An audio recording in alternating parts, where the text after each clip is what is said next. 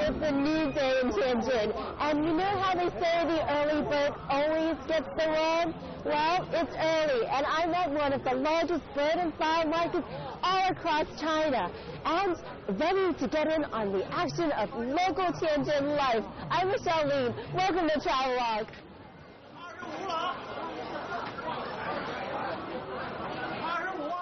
In order to get a feel of the local way of life, I decided to steer away from the tourist trail to get a taste of Tianjin culture and perhaps gain a pointer or two in the art of haggling, Chinese style. What do you think this looks like? It's like this little empty plastic jar, right? It's got holes at the top. So you think it's probably used for like toothpicks or something, but it isn't. I'll show you what it is later. I came to this market expecting to browse through an array of goods and find a local shopping experience. But instead, I discover a little piece of history. I do.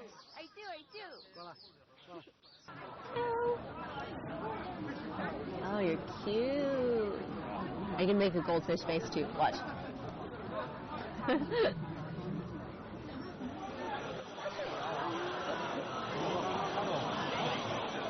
Did you hear that sound? What is it? Listen. Come. I'll show you. This is one of the traditional Chinese hobbies, right? Look. Watch. Hello, buddy. Come here. Oh. Yeah. Keeping crickets alive through the winter is an old hobby that's been preserved for thousands of years in northern China. There you go. So you know the thing that I was showing you earlier with the plastic, the cases? These things? This is what it's for. They're little companions in a little plastic cage. You know holes? 几台？有两个是吗？ I've read that 2,000 years ago, Chinese imperial concubines used to put crickets in a golden cage by their pillows during the autumn and winter months just to hear them sing the songs that reflected their own loneliness. Later, it became a sport as crickets were raised as fighters to compete. The sport's popularity continues to this day, and those that are raised as fighters are even fed a special diet of ginseng. They may be spoiled for insects that only live 150 days or so, but good specimens can cost thousands of dollars and earn their owners even more.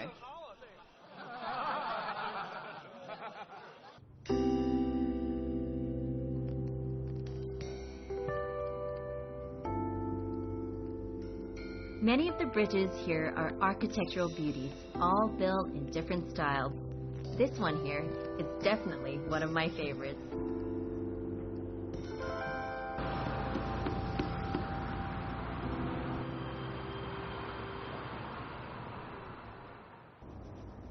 I'm trying to keep warm. It's so cold, right? And these guys, there's not one, not two, but there's a couple of them out there swimming. It's amazing. I mean, seriously.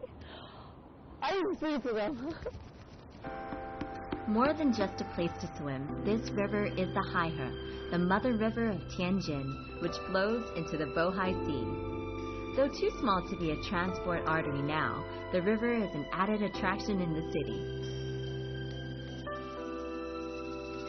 Don't worry, buddy, I'd be worried about taking a plunge too. You can do it.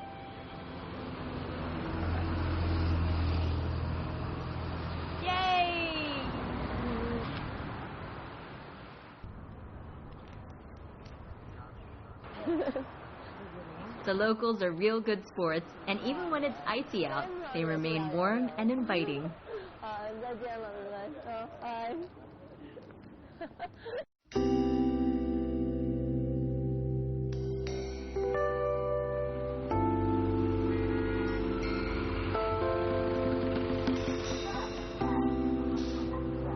French churches and European architecture are part of the landscape in Tianjin City. It's not a common sight in most parts of China, but to the Tianjin people, it's a backdrop to their daily lives. When you're in the city center, you may not get the feeling that Tianjin is a port city, but take a walk on any of the amazing bridges across the Haihe River, which is the mother river of Tianjin, and I'll guarantee you'll feel differently about it.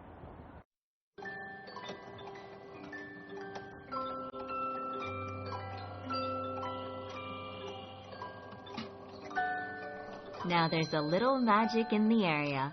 Built from over 400 million porcelain pieces collected over 2 decades, the owner, businessman Zhang Lianzhi, has spent over 5 years and $65 million on this porcelain museum.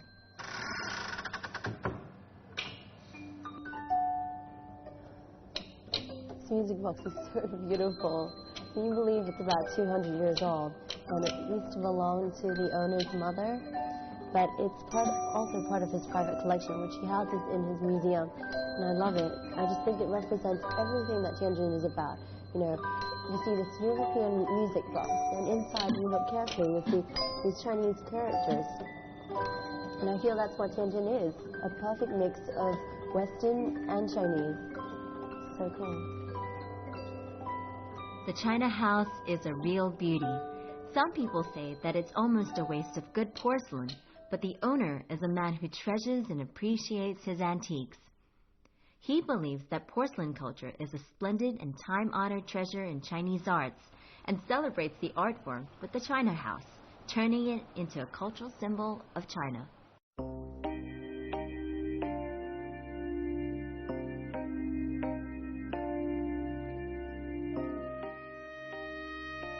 Tianjin has a special appreciation for porcelain wares. This is due in part to events that occurred in the Qing dynasty over 100 years ago. Back then, an agency was established in Tianjin responsible for examining and repackaging the Chinaware for ongoing transport to the Forbidden City. Damaged pieces were secretly buried, but many valuable pieces of china were circulated. Since then, porcelain has been very popular in this city.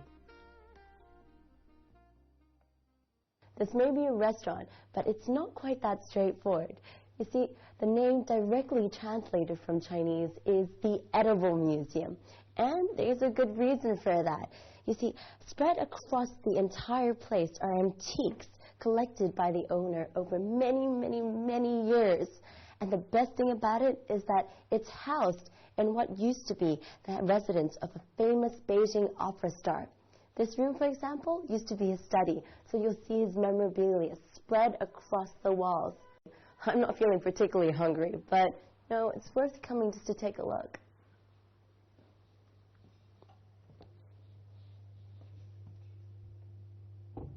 Driving back to the hotel, I realized that as much as I love the arts, I've still yet to discover much of Chinese arts and culture. So far, Tianjin has been an eye-opener, but I've just dabbled a little. There'll be more, but not tonight.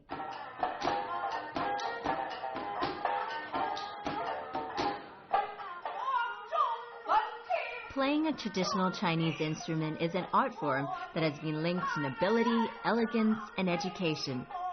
At the imperial court, Chinese instruments were played collectively in large orchestras, but in tea houses and public gatherings, they would be played in smaller ensembles.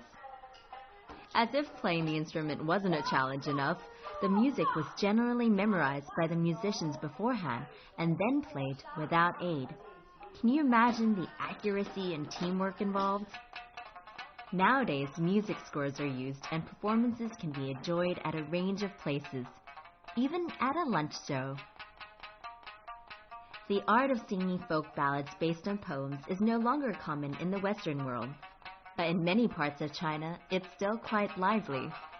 Two better-known styles are Pingtang from Xuzhou in Jiangsu Province and Dagu from right here in Tianjin.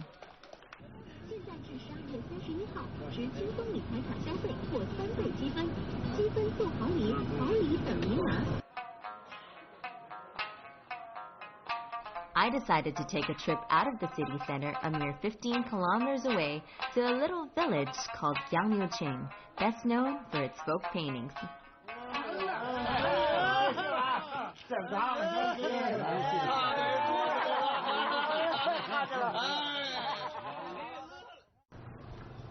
Walking around this quiet village, I'm surprised to find this large courtyard home and decide to find out a little more.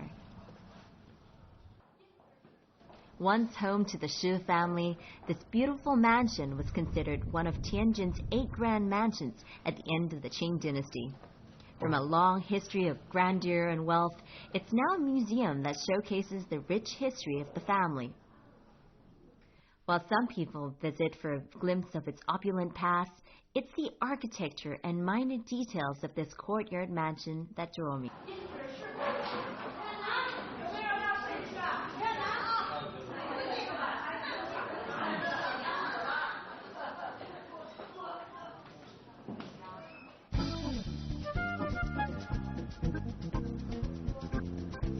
The Shi family mansion is known for its design, its architecture, and its stone carvings that remain in pristine condition to this day. Take note of that lotus, though. There's a pretty great story in this detail that I nearly missed walking past. See, it's little details like that that make the Shi family courtyard so special. It's that in the first gate, you have a closed bud. And in the second gate, which is this, you see the bud is slightly more open. And that is to help signify longevity and happiness and growth. So cool.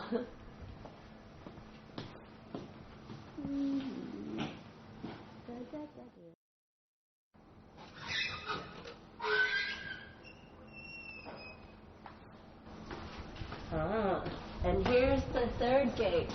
You see, notice what? Here's where it's a little bit more special. You see, it's kind of bloomed out and there's a little pod with seeds in it to signify childbearing.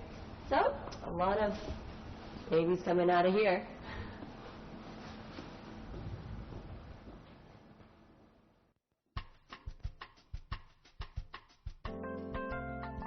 I first learned about New Year woodblock prints when I visited a small town in Kaifeng.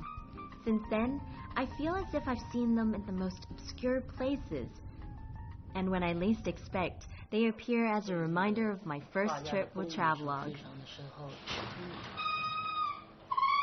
就是我现在都50多岁了，对自己的作品，并不是说完全的满意，有很多的都需要再进一步的去探求，去摸索。 While this household decoration was popular until the mid-20th century, it's no longer a common sight. But not all woodblock paintings are the same. They vary according to the region they're from. I hear that Yangliuqing style is one of the 4 most recognized forms in the country.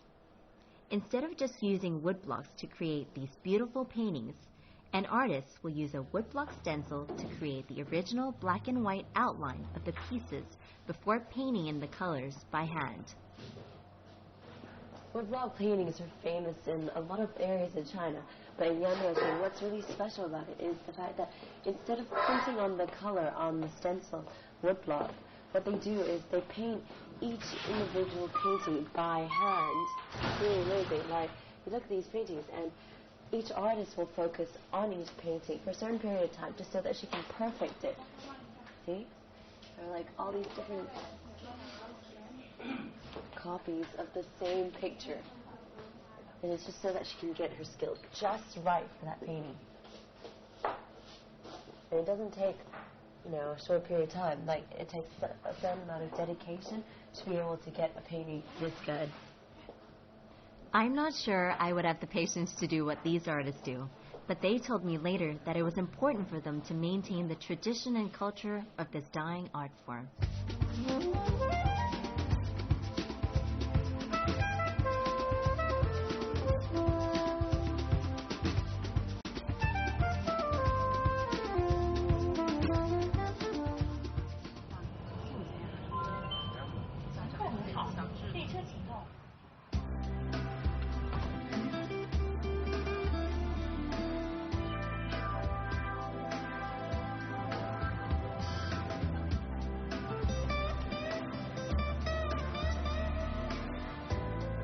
I decided to take the train out to Tanggu, the port area of Tianjin. Not many tourists travel to this area, but it's a nice little break from city life and a chance to breathe in some sea air.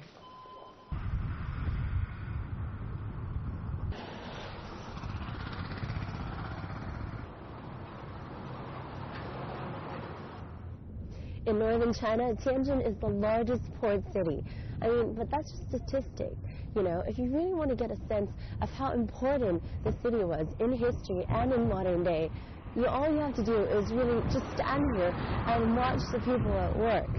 And from that, you really see just how much of a role it plays in China's economy. It's great.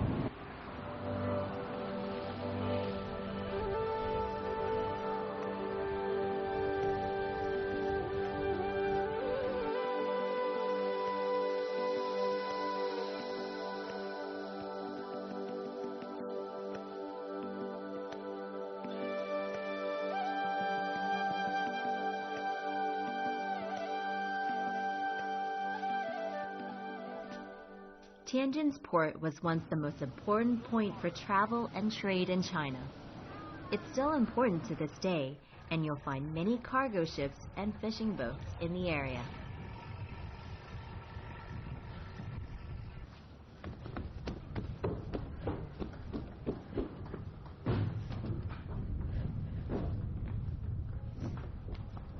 I'm surrounded by fishermen with their catch of the day, and it's no wonder that many Beijing residents come to Tanggu for the seafood, since it's fresher and cheaper than what you'd find at a local market in Beijing.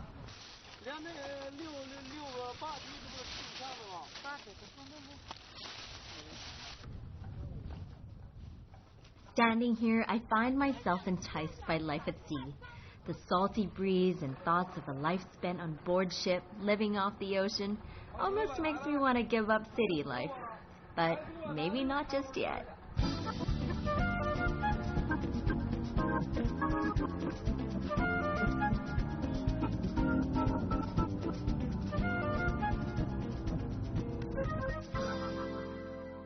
While China has yet to build its own usable aircraft carrier, located within the aircraft carrier park in Hanggu is an old Soviet carrier bought by a private company to serve as a tourist attraction. The carrier, known as the Kiev, is now a public museum. Take a tour and explore the ship, and if you're traveling with kids, they usually love the experience.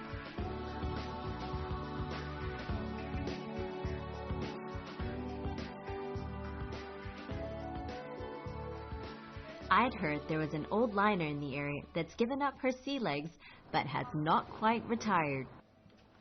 Come here. So I found another great ship, which is, not hard in a port city because you get to see many different styles of ships. But the cool thing about the Orient Princess is that you can stay here. And if you've had bad experience of being seasick, well, you don't have to worry about anything because this boat is constantly docked. And the cool thing about this particular room, right, is that the Premier Zhou once stayed here. And not just anyone can stay in this room. You have to be a celebrity of some sort. But I can't quite claim that status, so, oh well. Of course you can stay in a room like this. The Orient Princess was once one of the most luxurious casino ships in East Asia, but has since been retired to Tanggu.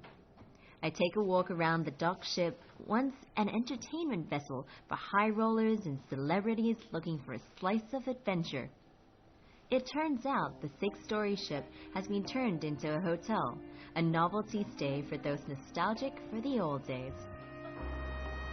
It's quite a journey driving back from Tanggu to the city center after a long day, but at least it's given me some time to reflect on the grandeur I've seen since I arrived.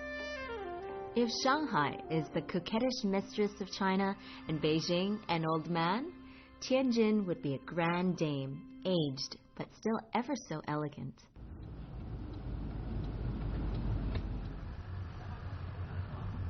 I hear that if you're looking for local snacks and sweets in Tianjin, there's only one place to go, and that's Hepingjie. So we're on the way right now, and I'm just going to get my hands on some goodies. I'm so excited. Despite its name, the Hepingjie Snack Street is more of an indoor market where rows of shops call out to you. From the more common Chinese snacks to authentic local Tianjin snacks, sweet or savory, it's pretty hard not to find something that'll take your fancy. Spun candy is a traditional Chinese sweet. If the lolly man is any good, he can turn melted sugar into any shape and form.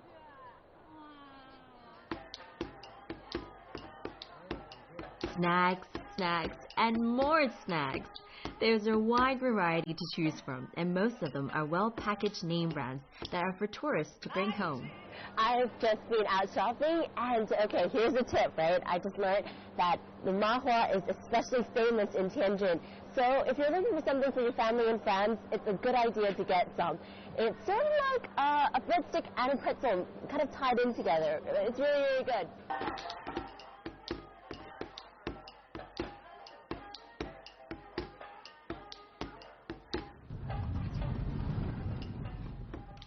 It's time to walk off all that food. Besides food, there are a lot of other souvenirs to select. The place to go for that is the ancient cultural street, one of the symbols of Tianjin.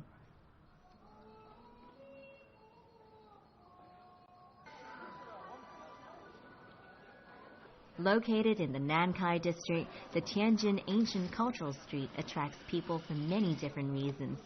Some come for the architecture and history, while others prefer to spend the day browsing the rows of shops that peddle antiques, local snacks, and traditional handicrafts. Don't worry, I haven't just led you to a tourist trap. Both locals and tourists alike frequent the ancient cultural street. I found a nice array of traditional Chinese handicrafts and shopping items here. Just the place for a little retail therapy. Let's go shopping. Right, so I hear that these figurines have been made for over 6 generations. You'll see some of the more modern designs and more traditional ones. For example, come here. These ones here are the more modern designs popular with tourists. Little babies and chickens and zodiac animals. And the ones right behind there, the ladies, the maidens, those are the more traditional designs. Now you see here, you can get different figurines in different price ranges, from the cheaper ones that range from 8 kwai right down to 10, 40, 100, and above.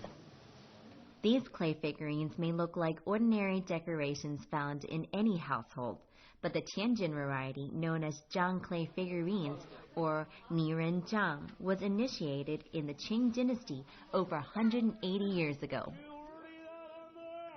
While there are many variations, these are the more traditional styles, and if you're looking for one that is handmade, go for the bigger versions. Chances are they will be.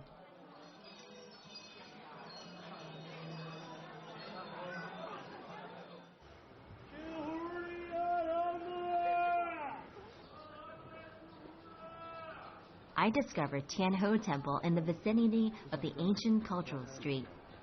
I'm not surprised to find it because the lives of most of the locals revolve around the sea, and they worship Tianho, the goddess of the sea, in the hope of being blessed by her.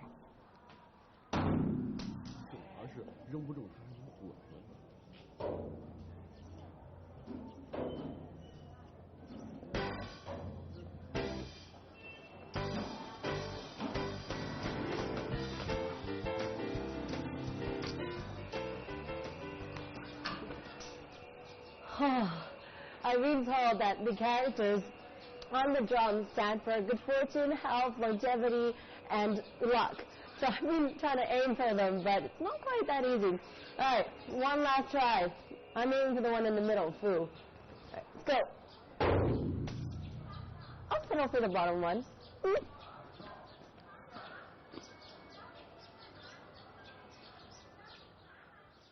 In the room behind Tianho's main worshipping hall, I find a shrine dedicated to Tianho's parents, where followers are able to continue their worship. Tianjin was once China's main gateway to the outside world. Nowadays, as people increasingly take to the air, sea travel is more of a novelty. But if it's your preferred way of experiencing the world, Chinese people believe that Tianhe will bless you and keep you safe.